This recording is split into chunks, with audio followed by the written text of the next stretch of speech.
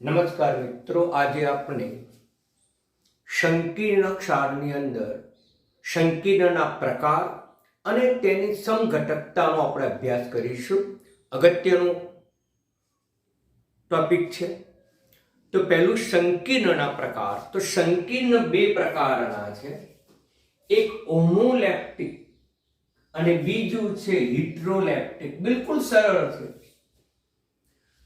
જો ધાતુ આયન એક જ પ્રકારના દાતા સમૂહ સાથે એક જ પ્રકારના લિગેન્ડ સાથે બંધથી અથવા તો સંવર્ગ બંધથી જોડાયેલા હોય તો તેને હોમોલેપ્ટિક સંકીર્ણ કહેવામાં આવે છે. જ્યારે કોઈ પણ ધાતુ એક કરતા વધારે લિગેન્ડ સાથે જોડાયેલા હોય, એક કરતા વધારે પ્રકારના ઇલેક્ટ્રોન દાતા સમૂહ સાથે જોડાયેલા હોય તો તેને હિટ્રોલેપ્ટિક સંકીર્ણ તરીકે ઓળખવામાં આવે. દાખલા તરીકે લઈ શકીએ કે MX4 4 સંવર્ગાંક ધરાવતું સંકીર્ણ છે, પણ એમાં ધાતુ આયન સાથે એક જ પ્રકારના લિગેન્ડ છે, માટે તેને હોમોલેપ્ટિક કહેવામાં આવે. જો ધાતુ આયન સાથે X2 અને બીજો A2, આમ આ ધાતુ આયન સાથે એકથી વધારે પ્રકારના લિગેન્ડ જોડાયેલા છે, એકથી વધારે પ્રકારના ઇલેક્ટ્રોન દાતા સમૂહ જોડાયેલા છે, માટે તેને હિટ્રોલેપ્ટિક તરીકે ઓળખી શકાય. MX6 એ પણ કયો આવે? હોમોલેપ્ટિક. અહીંયા લેવું હોય તો MX2A2B2, તો એને કહીશું હિટ્રોલેપ્ટિક, જ્યાં X, A અને B ગમે તે પ્રકારના લિગેન્ડ હોઈ શકે. એક દંત પણ હોઈ શકે, દ્વિદંત પણ હોઈ શકે, અથવા તો ત્રિદંત લિગેન્ડ પણ હોઈ શકે મિત્રો. આમ આપણને હોમોલેપ્ટિક સંકીર્ણ જોવા મળે અને હિટ્રોલેપ્ટિક સંકીર્ણ જોવા મળે. દાખલા તરીકે લઈ શકીએ આપણે MnCl4 -2, અથવા તો કહી શકીએ કોબાલ્ટ CN6 -4, અથવા તો K3FeCN6.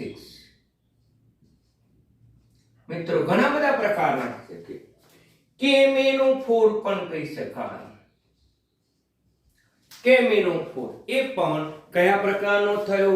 હોમોલેપ્ટિક પ્રકારનો થયો મિત્રો.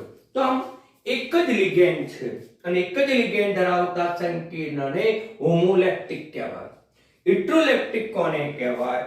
કે કોબાલ્ટ સાથે એમાઇન સંકીર્ણ પણ હોય, ક્લોરીન સંકીર્ણ પણ હોય. આમ બે પ્રકારના સંકીર્ણ, બે પ્રકારના લિગેન્ડ આવેલા છે અને બે પ્રકારના લિગેન્ડ હોવાથી તેને હિટ્રોલેપ્ટિક તરીકે ઓળખવામાં આવે. એ જ પ્રમાણે Fe, H2O2, સાયનાઇડ 4, K2. જો તમે આ પ્રકારનું સંકીર્ણ લો તો કયા પ્રકારનો થયો? તો હિટ્રોલેપ્ટિક પ્રકારનો થયો, કે જેમાં લિગેન્ડ એક કરતા વધારે પ્રકારના છે. તો એક કરતા વધારે પ્રકારના લિગેન્ડ હોય તો તેને હિટ્રોલેપ્ટિક, એક જ પ્રકારના લિગેન્ડ હોય તો તેને હોમોલેપ્ટિક તરીકે ઓળખવામાં આવે.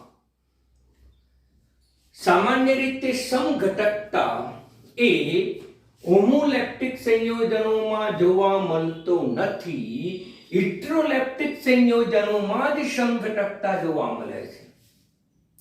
અને સમઘટકતાની વ્યાખ્યા તો તમને ખબર છે, અણુસૂત્ર સમાન, બંધારણીય સૂત્ર ભિન્ન. એને આપણે સમઘટકતા તરીકે ઓળખીએ છીએ. અહીંયા સમઘટકતા લેવું હોય તો અણુસૂત્ર સમાન, બંધન પણ સમાન.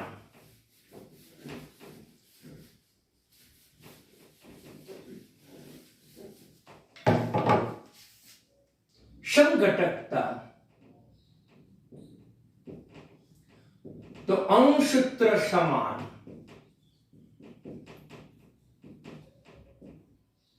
બંધન પણ સમાન, यानी कि संवर्ग बंध पण समान, परंतु तेमा અવકાશી ગોઠવણી અથવા તો બંધારણ ભિન્ન.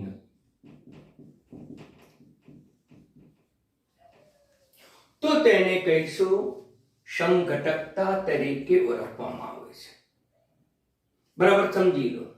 તો અહીંયા અણુસૂત્ર પણ સમાન, સવર્ગ બંધ પણ સમાન, પરંતુ એનું બંધારણ ભિન્ન પ્રકારનું હોય તો તેને આપણે સંકીર્ણમાં સમઘટકતા તરીકે ઓળખવામાં આવે છે.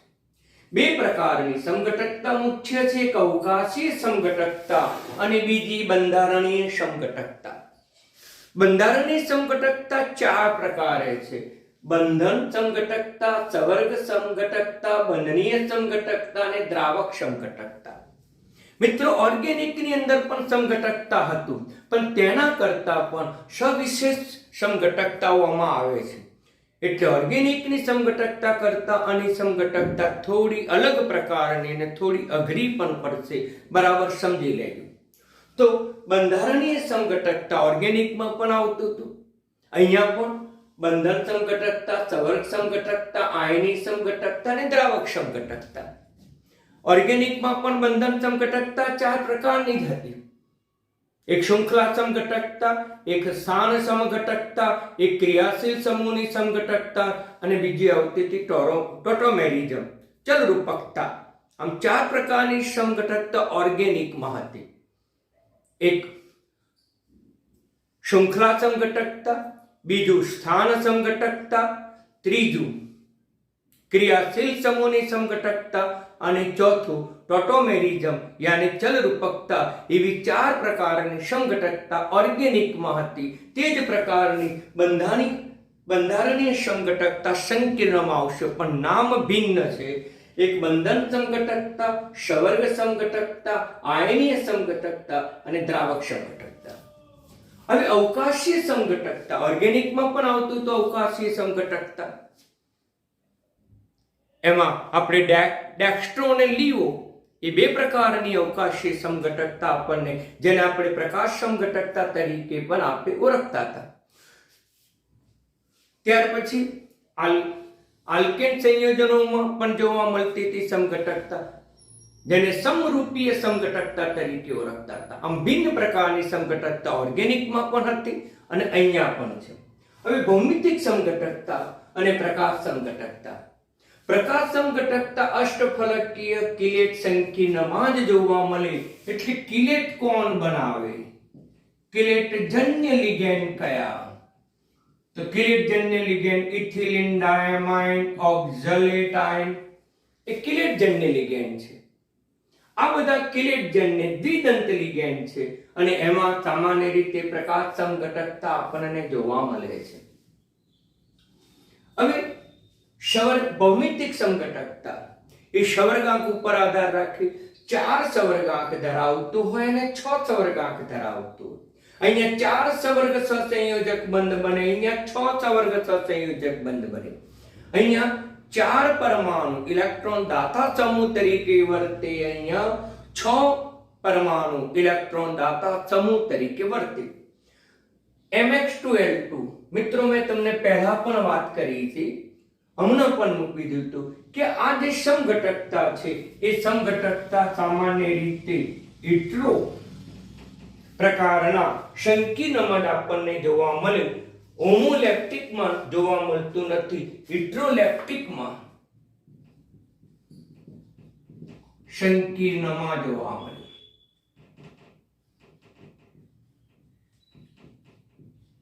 ઇટ્રોલેપ્ટિક સંકીર્ણ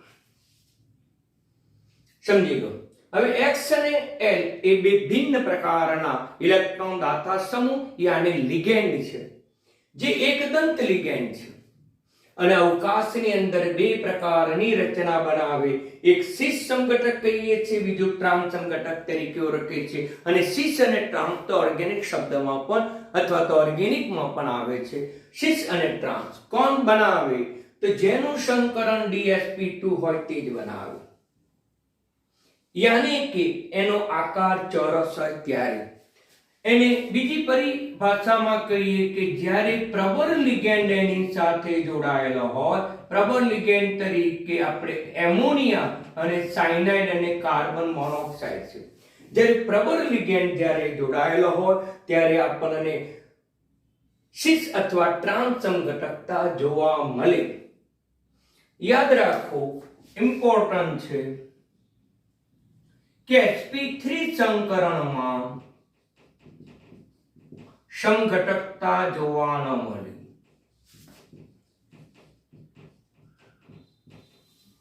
sp3 સંકીર્ણમાં કદાપી સમઘટકતા જોવા મળતી નથી. સાદી પરિભાષામાં કહેવું હોય તો જ્યારે નિર્બળ લિગેન્ડ જોડાયેલા હોય, માત્ર નિર્બળ લિગેન્ડ જોડાયેલા હોય ત્યારે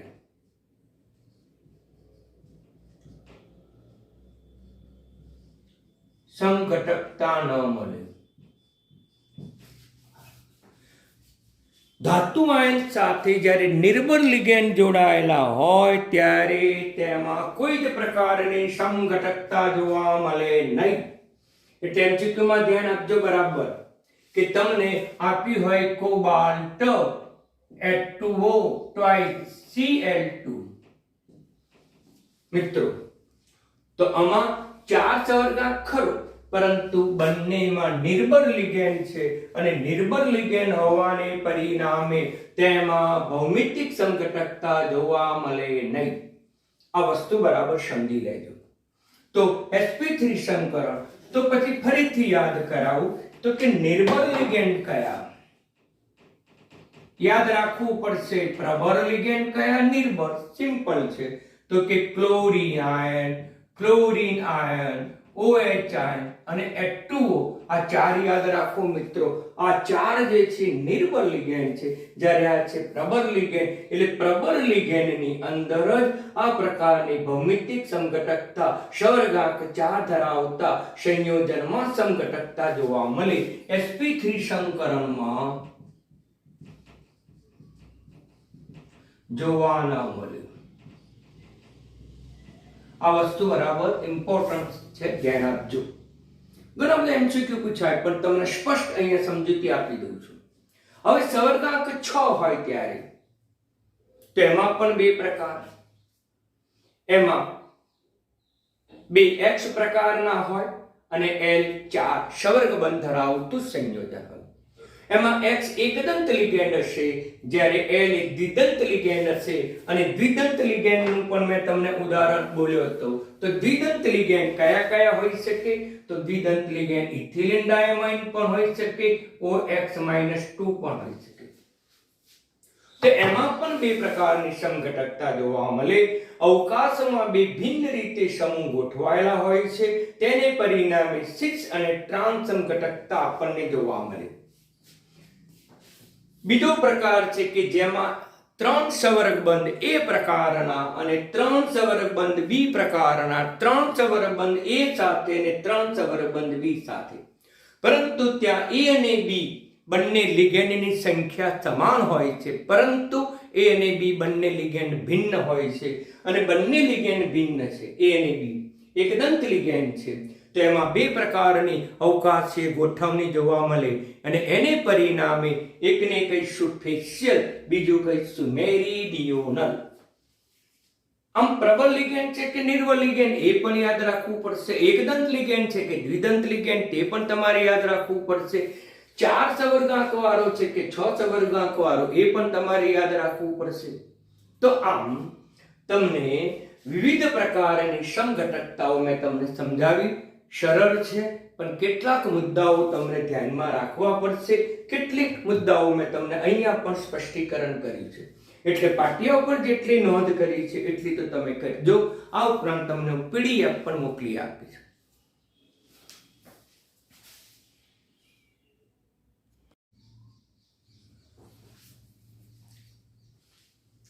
મિત્રો, આપણે હવે ભૌમિતિક સમઘટકતાની ચર્ચા કરીશું. તો પહેલી વ્યાખ્યા તો કે અણુસૂત્ર તો સમાન, સવર્ગબંધ અથવા બંધન પણ સમાન,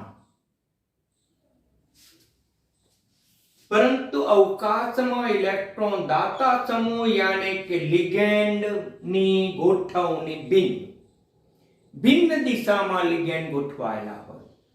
અને એને પરિણામે ભૌમિતિક સમઘટકતા ઉદ્ભવે છે. તો સૌપ્રથમ લઈએ કે 4 સવર્ગાંક ધરાવતા સંકીર્ણમાં ભૌમિતિક સમઘટકતા. પરંતુ ભૌમિતિક સમઘટકતા કયા પ્રકારના સંકીર્ણમાં જોવા મળે? તો કહી શકાય કે હિટ્રોલેપ્ટિક સંકીર્ણમાં જ જોવા મળે કે જેમાં લિગેન્ડ 2 પ્રકારના હોવા જોઈએ.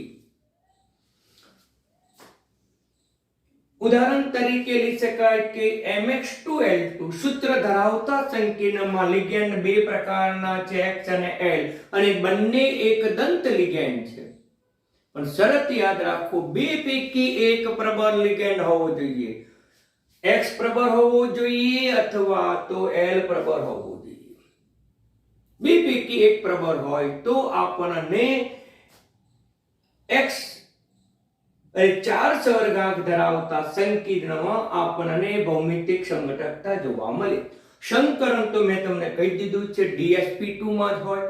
sp3 સંકરણમાં આપણને કદાપી સમઘટકતા જોવા મળતી નથી. યાની નિર્બળ લિગેન્ડ જોડાયેલા હોય તો સમઘટકતા ન હોય, એક લિગેન્ડ પ્રબળ હોવો જોઈએ. અવકાશી ગોઠવણી પણ 2 પ્રકારે. એક સમાન લિગેન્ડ પાથ પાસે હોય, સમાન લિગેન્ડ ધાતુ આયનની એક બાજુ હોય, સમાન લિગેન્ડ નજીક હોય તો તેને સિદ્ધ સમઘટક કહેવામાં આવે. અને જો સમાન લિગેન્ડ એકબીજાથી દૂર આવેલા હોય તો તેને ટ્રાન્સ સમઘટક તરીકે ઓળખવામાં આવે છે. તો પછી આપણી ધાતુ આયન M છે, અહીંયા ધાતુ આયન M, એની સાથે X કયું સંકરણ છે? તો DsP2 સંકરણ છે. એટલે ભૌમિતિક રચના સમતલી હશે. એની સમતલી રચના આ જ પ્રકારની સમતલી રચના. બીજો સમઘટક દોરું, એ પણ સમતલીય. હવે અહીંયા X પ્રકારના લિગેન્ડ પાસ પાસે લખું, L પ્રકારના લિગેન્ડ પાસ પાસે લખું, નજીક ગોઠવાયેલા છે એટલે આ સમઘટક સિદ્ધ સમઘટક તરીકે આપણે ઓળખી શકીએ. સિદ્ધ સમઘટક.